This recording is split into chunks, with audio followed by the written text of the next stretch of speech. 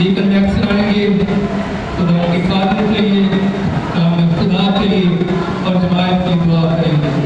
बाकी सब अपने अपने कलाम आएंगे। Hallelujah hallelujah. आए हम सब अपने लिए, अपनी जान के लिए, अपने घराने के लिए खुदा से खुदा मांगेंगे। कदूस कदूस कदूस खुदा जब के बाद सलाम के सदा दे मसीह में हमारा समाजी बाप जो खुदा है और आने वाला है।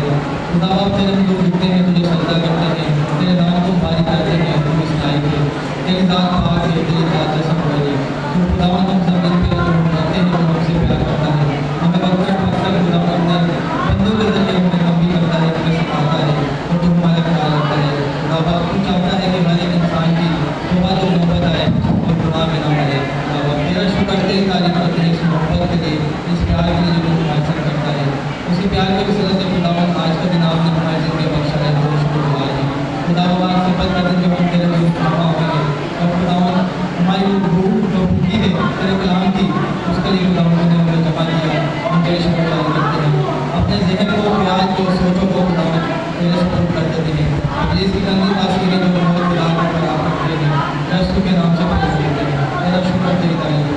अपने बंदा का नाम सबसे लेकर पाँव तक सिखा दे, जो कुछ वो भूले खुदा बड़ी ईमानदारी से रूठी हिदायत के साथ भूले खुदा जो वो कलाम ध्यान करे वो हर एक जान उससे आसूदा हो, उससे उड़ा जाए।